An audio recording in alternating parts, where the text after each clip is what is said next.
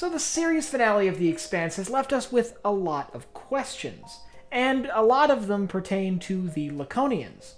So I figured today we could take a look at not exactly Laconia from the books, but what we know so far about Laconia from the show. I'm Colin, and this is Sci-Fi Deep Dive.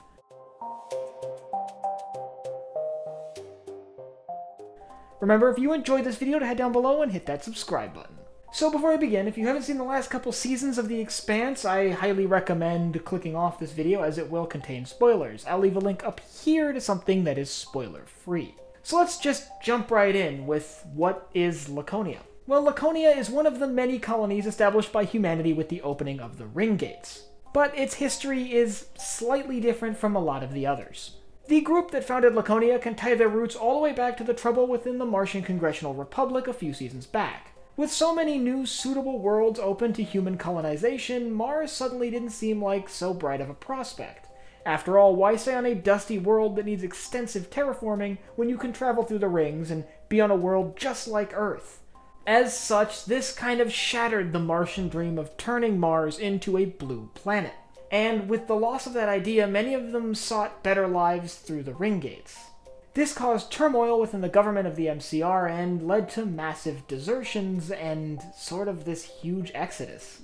But one of the notable factions that left the MCR was this MCRN sort of rebel faction that sided with Marco right around the time of his attack on Earth.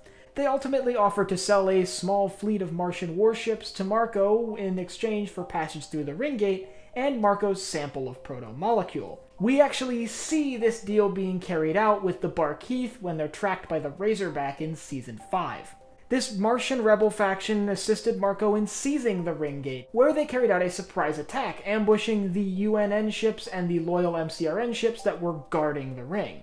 And while not all of them made it through the Ring Gates, notably the Barkeith was destroyed by the creatures within the rings, many of them did ultimately make it to their destination, the world of Laconia. Laconia was a world very similar to Earth, and honestly very, very hospitable to human civilization. After moving through the rings, this rebel Martian faction mined their side of their Ring Gate, basically allowing them to sort of keep Marco's forces out. That being said, they did still have a deal with Marco. While these Martians set up shop on Laconia, they would manufacture weapons to support the Free Navy's fight against the inner planets, basically with the idea of wanting to keep the inner planets back and away from whatever was going on Laconia. Meanwhile, they used the proto-molecule to sort of attempt to activate this mysterious space station in the sky. When they were manufacturing weapons for Marco, Marco was funding the development of whatever they were doing with the proto-molecule in hopes that it would give him this sort of surprise edge on the UN at that final climactic battle within ring space.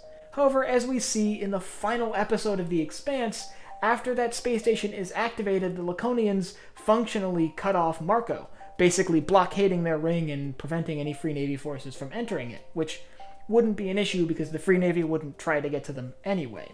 And that's where the story of the TV show kind of leaves us. Now there's hints that whatever is in that space station holds immense power. We actually see one of the Laconian leaders, a man whose name I'm not going to try to pronounce, officially tell Marco that Laconia is basically no longer working with Marco and that he's going to go off and storm heaven and fight the gods, whatever that really means. Now, well, those of you who read the books will likely know exactly what that means. I'm once again trying to focus on what we know from the TV show so far.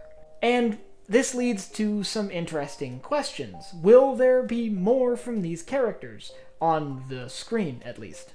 I, for one, actually do believe that we will see more from The Expanse. Maybe not in the form of a TV show, maybe perhaps a pair of movies, or just one movie, sort of wrapping up the loose ends, and that may be a few years off. This conclusion definitely leaves room for more if it was feasible. And of course, we know that The Expanse overall isn't finished with the recent announcement of a Telltale game set within the universe. So while the main TV show, or at least the Amazon run of the TV show, is finished, there is still plenty of hope for more Expanse content in the future.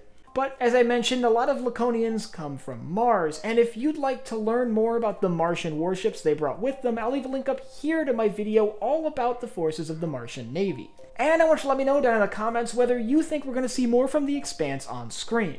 Do you think we're going to get a movie or maybe even another season of the show at some point in the future? And if you have anything from the Expanse you'd like to see me cover, leave it down below in the comments.